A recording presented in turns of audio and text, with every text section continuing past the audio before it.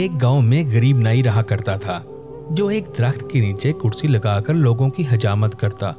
مشکل سے گزر بسر ہو رہی تھی۔ اس کے پاس رہنے کو نہ گھر تھا اور نہ بیوی بچے تھے، صرف ایک چادر ایک تکیہ اس کی ملکیت تھی۔ جب رات ہوتی تو وہ ایک بند سکول کے باہر چادر بچھاتا، تکیہ رکھتا اور سو جاتا۔ ایک دن صبح کے وقت گاؤں میں سیلاب آ گیا۔ اس کی آنکھ کھلی تو ہر طرف شور و گل تھا۔ وہ اٹھا اور سکول کے ساتھ بنی ٹینکی پر چڑھ گیا، چادر بچھائی، دیوار کے ساتھ تکیہ لگایا اور لیٹ کر لوگوں کو دیکھنے لگا۔ لوگ اپنے گھر کی قیمتی اشیاء لے کر بھاگ رہے تھے۔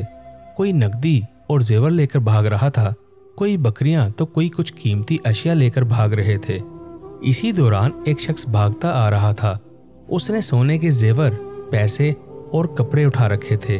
جب وہ شخص اس نائی کے پاس سے گزرا اور اسے سکون سے لیٹے ہوئے دیکھا تو غصے سے بولا، اوئے ساڈی ہر چیز اجڑ گئی ہے، ساڈی جان تے بنی ہے تے تو ایتھے سکون نال لما پیا ہویا ہی، مطلب ہماری ہر چیز اجڑ گئی ہے اور تم یہاں سکون سے سو رہے ہو۔ یہ سن کر نائی بولا، لالے آج ہی تے غربت دی چس آئی ہے، مطلب آج تو غربت کا اصل مزہ آیا ہے۔ جب میں نے یہ کہانی سنی تو ہنس پڑا، مگر پھر ایک خیال آیا کہ شاید روز محشر کا منظر بھی کچھ ایسا ہی ہوگا، جب تمام انسانوں سے حساب لیا جائے گا۔ ایک طرف غریبوں کا حساب ہو رہا ہوگا، 2 وقت کی روٹی، کپڑا، حقوق اللہ اور حقوق العباد۔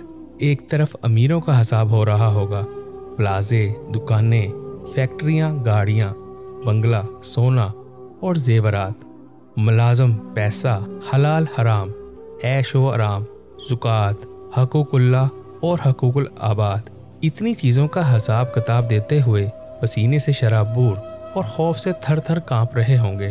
تب شاید اس نائی کی طرح غریب ان امیروں کو دیکھ رہے ہوں گے، چہرے پر ایک عجیب سا سکون، اور شاید دل ہی دل میں کہہ رہے ہوں گے، اج تے غربت دی چس آئی ہے۔ اللہ تعالیٰ سے دعا ہے کہ ہمیں ہر نعمت کا شکر ادا کرنے کی اور اللہ کی رضا کے مطابق استعمال اور تقسیم کرنے کی توفیق عطا فرمائے، آمین۔